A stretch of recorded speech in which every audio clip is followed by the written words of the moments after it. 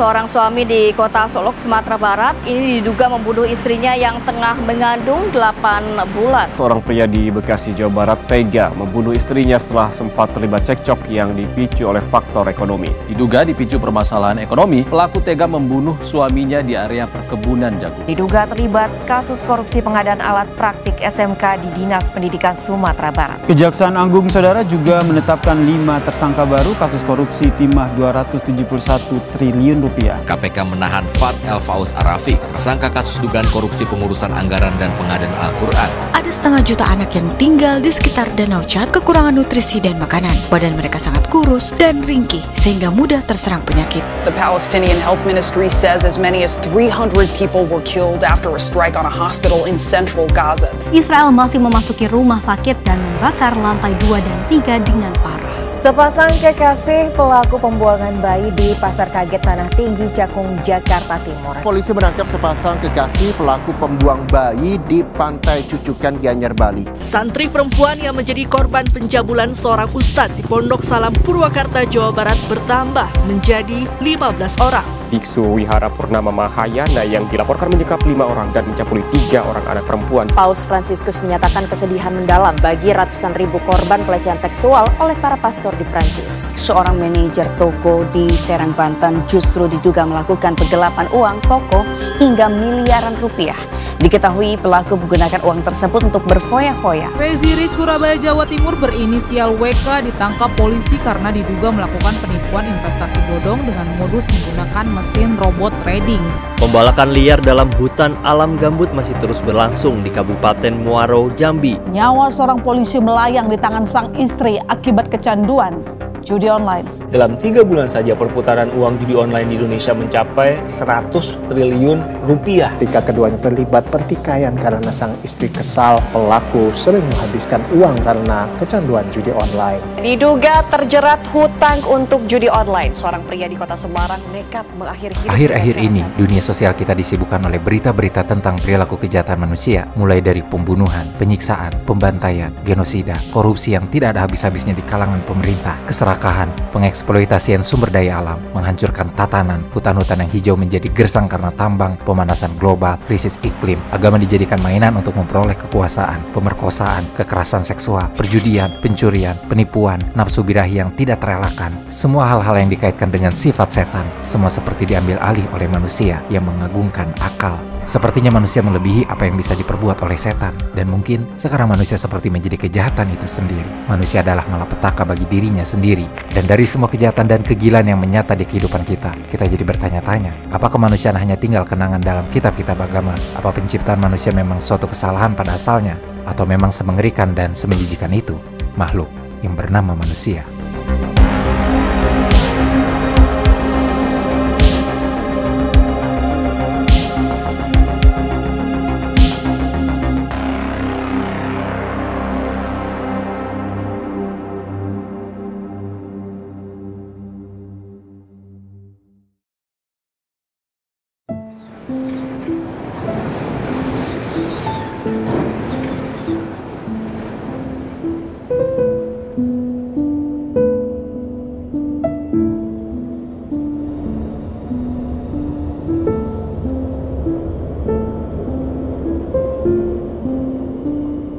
Manusia adalah kemuliaan dan sampah alam semesta. Demikian kesimpulan filsuf Prancis Blaise Pascal pada tahun 1658. Dan sampai saat ini tidak banyak yang berubah. Manusia masih terus mencintai dan terus saja saling membenci.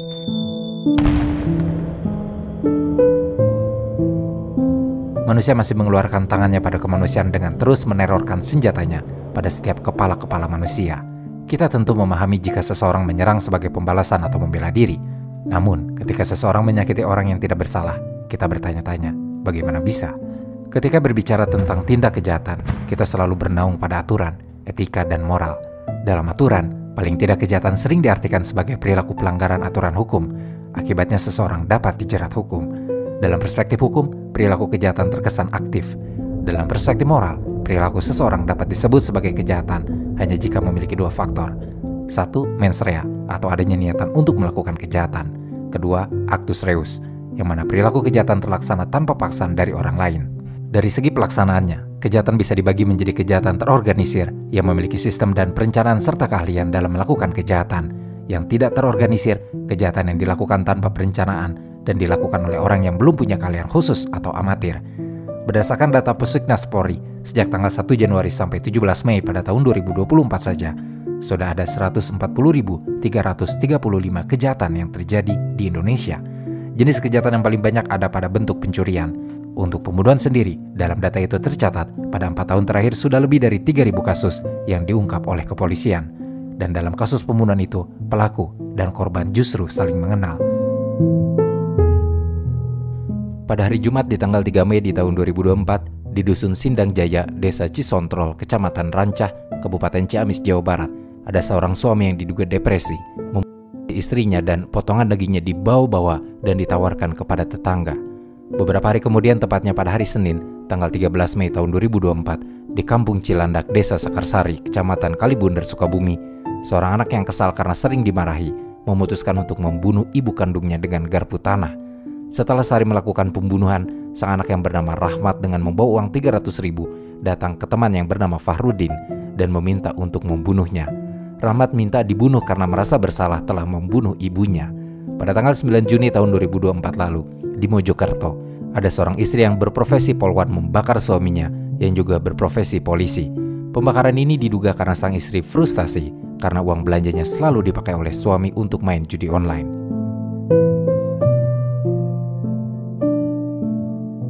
Pertanyaannya, dari mana asal semua kejahatan ini?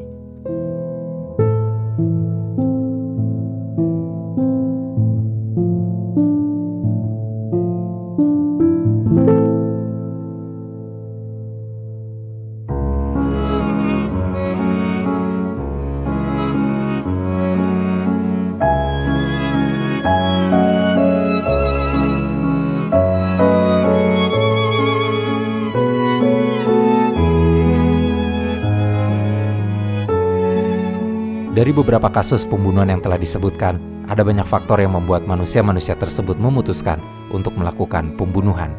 Motif utamanya kebanyakan muncul karena faktor emosional, seperti sakit hati dan dendam.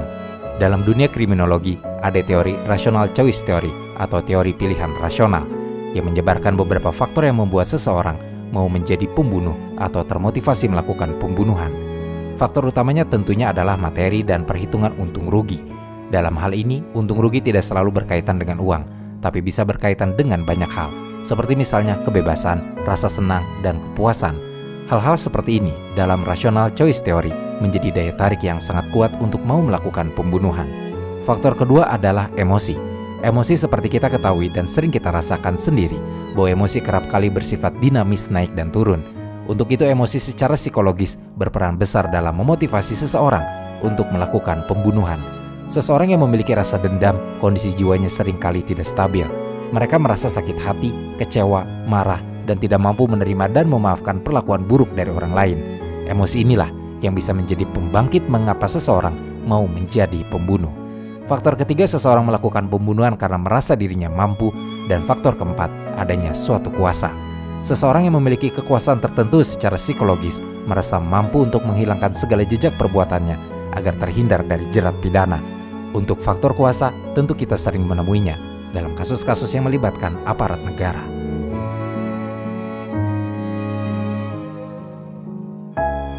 Dave Grossman, penulis buku On Killing, The Psychological Cost of Learning to Kill in War and Society, menyatakan bahwa manusia memiliki sifat dasar seperti primata lainnya. Dave yang juga merupakan mantan tentara Amerika ini menganalogikan manusia seperti kera dalam kerajaan primatanya. Dalam hal ini, Dave menyatakan bahwa mayoritas para kera tidak ingin membunuh spesiesnya sendiri, kecuali muncul sesuatu hal yang mengganggu. Jika muncul konfrontasi antar kelompok yang dianggap mengganggu, maka pihak musuh dianggap inferior sekaligus mara bahaya yang harus dilenyapkan. Maka, untuk mendapatkan posisi sebagai superior, para kera ini melakukan pertarungan hingga tak jarang sampai menghilangkan nyawa dari lawannya. Dan hal ini juga terjadi pada kita selaku manusia. Walau tidak dapat dipukul rata bahwa semua manusia memiliki keinginan untuk membunuh, tetapi neurolog bernama Jonathan Pincus dalam bukunya Best Instinct, What Makes Killers Kill menyatakan kesimpulan yang serupa, bahwa manusia akan cenderung melakukan aksi membunuh manusia lainnya dalam usaha mempertahankan diri atau menyelamatkan nyawa sendiri. Analisa sifat dasar manusia sebagai pembunuh ini sempat dituliskan juga oleh review global berdasarkan penelitian dari David M. Buss, seorang psikolog sekaligus profesor di University of Texas di Austin. Penelitian yang dilakukannya ini mengemukakan sekitar 91% pria atau 84% wanita memiliki keinginan untuk membunuh makhluk hidup lain, baik itu manusia, hewan, maupun tumbuhan. Selain Buss, penelitian-penelitian lain juga banyak yang menyatakan bahwa aktivitas saling bunuh pada manusia merupakan alur dari genetika atau sosiobiologi sampai alur evolusi manusia. Sebab ternyata insting manusia untuk mempertahankan hidupnya dengan cara bersaing sudah berada sejak di dalam rahim. Reaksi ini diperlihatkan dalam sebuah hasil MRI pada janin kembar. Untuk mendapat ruang yang maksimal pada rahim ibunya, mereka tidak segan untuk menendang dan mendorong saudaranya. Mungkin inilah awal mula alasan munculnya sifat egois dan kejam pada manusia. Saat merasa terpojok dan terancam, insting untuk bertahan hidup memang tidak pernah lepas dari sifat binatang yang dimiliki oleh manusia.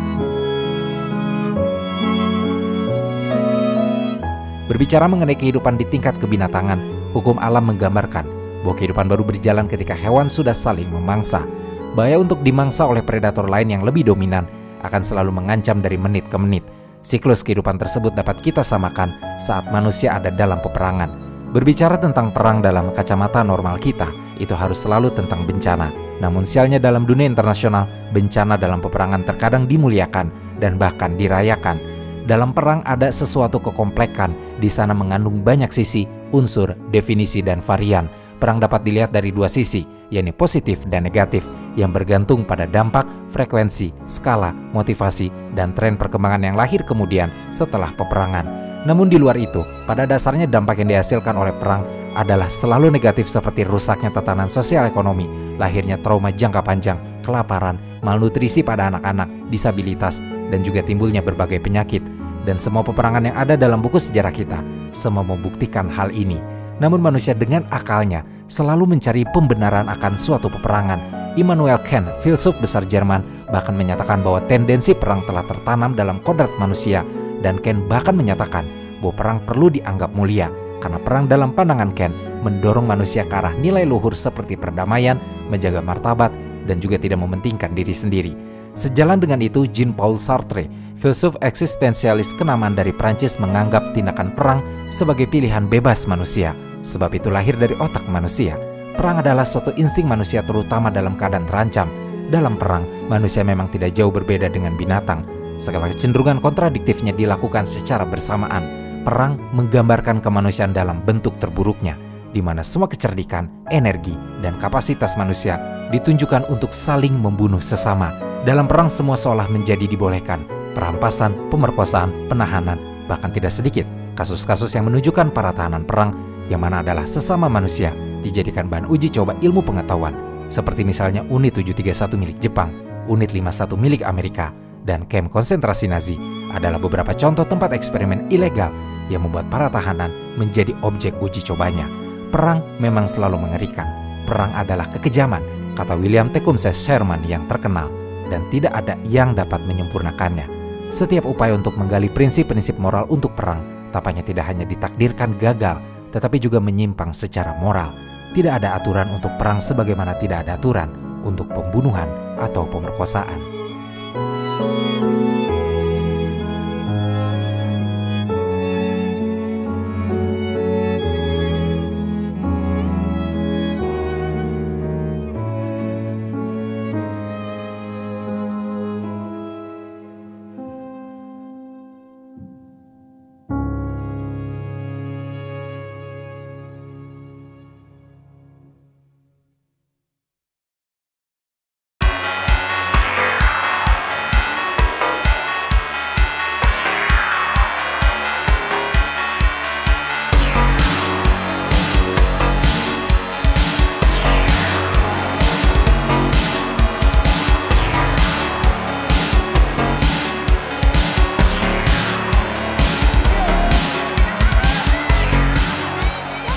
Dari beberapa kasus pembunuhan dan peperangan di atas, lantas kita bertanya-tanya, dari manakah sifat-sifat sadisme itu berasal?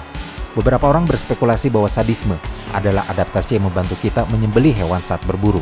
Yang lain berpendapat bahwa sadisme turut membantu orang untuk mendapatkan kekuasaan. Sejalan dengan pendapat tersebut, ilmu saraf menjelaskan bahwa sadisme bisa menjadi taktik dalam bertahan hidup yang dipicu oleh masa-masa sulit. Ketika makanan tertentu menjadi langka, tingkat neurotransmitter kita, yakni serotonin, menjadi turun. Kejatuhan ini membuat manusia lebih rela menyakiti orang lain karena dengan menyakiti, ada perasaan yang membuat manusia menjadi lebih menyenangkan. Salah satu perkara besar dalam dunia filsafat adalah pembicaraan tentang manusia. Menjadi perkara bukan karena kompleksitas masalah yang harus didekati dalam diri manusia, tetapi juga karena diri manusia menyimpan sekaligus misteri dan ketidakberhinggaannya. Beragam pendekatan dengan segala variannya mencoba untuk mendekati manusia.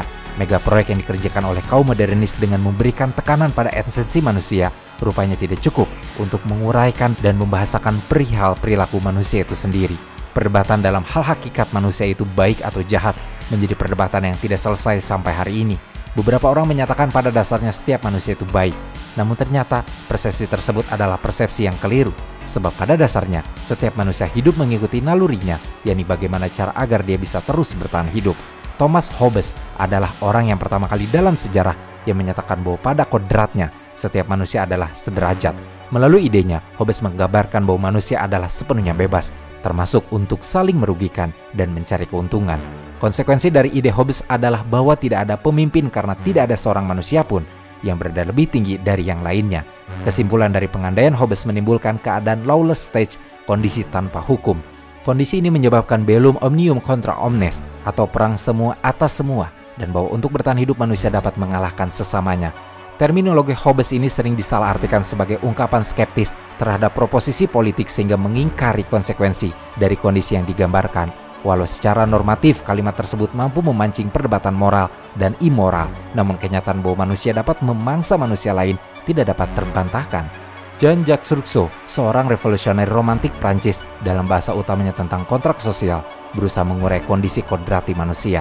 Ia menyatakan bahwa pada mulanya semua manusia bebas, tapi terdapat proses di mana akhirnya masing-masing terbelenggu. Sebagian manusia yang berkuasa tidak menyadari bahwa mereka memiliki ketergantungan pada para budaknya. Sementara bagi mereka yang ditindas, kemerdekaan hanya hadir saat mereka terlahir, di mana mereka belum mengenal tanggung jawab dan keinginan. Kondisi kodrati seperti dikemukakan oleh Jean di atas dapat diatur melalui hukum yang terlahir melalui konvensi.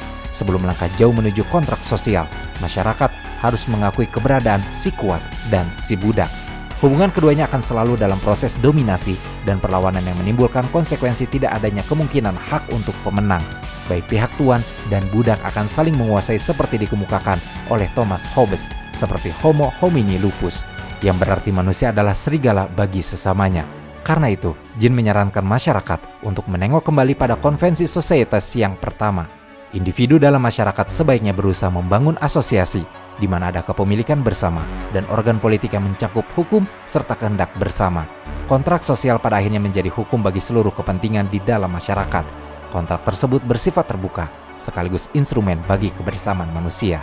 Namun dari dua hakikat manusia, entah itu yang menyebutkan baik atau jahat, itu tidak lagi relevan dalam menilai manusia.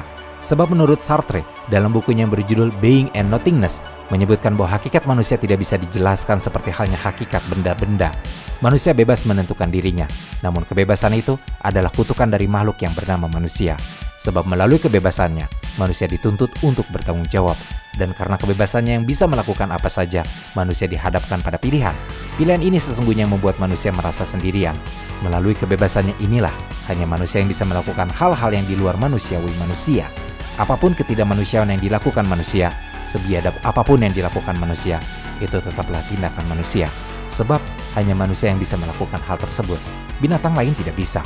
Setan, bahkan malaikat tidak bisa melakukan hal di luar kodratnya. Kebebasan adalah kutukan bagi manusia.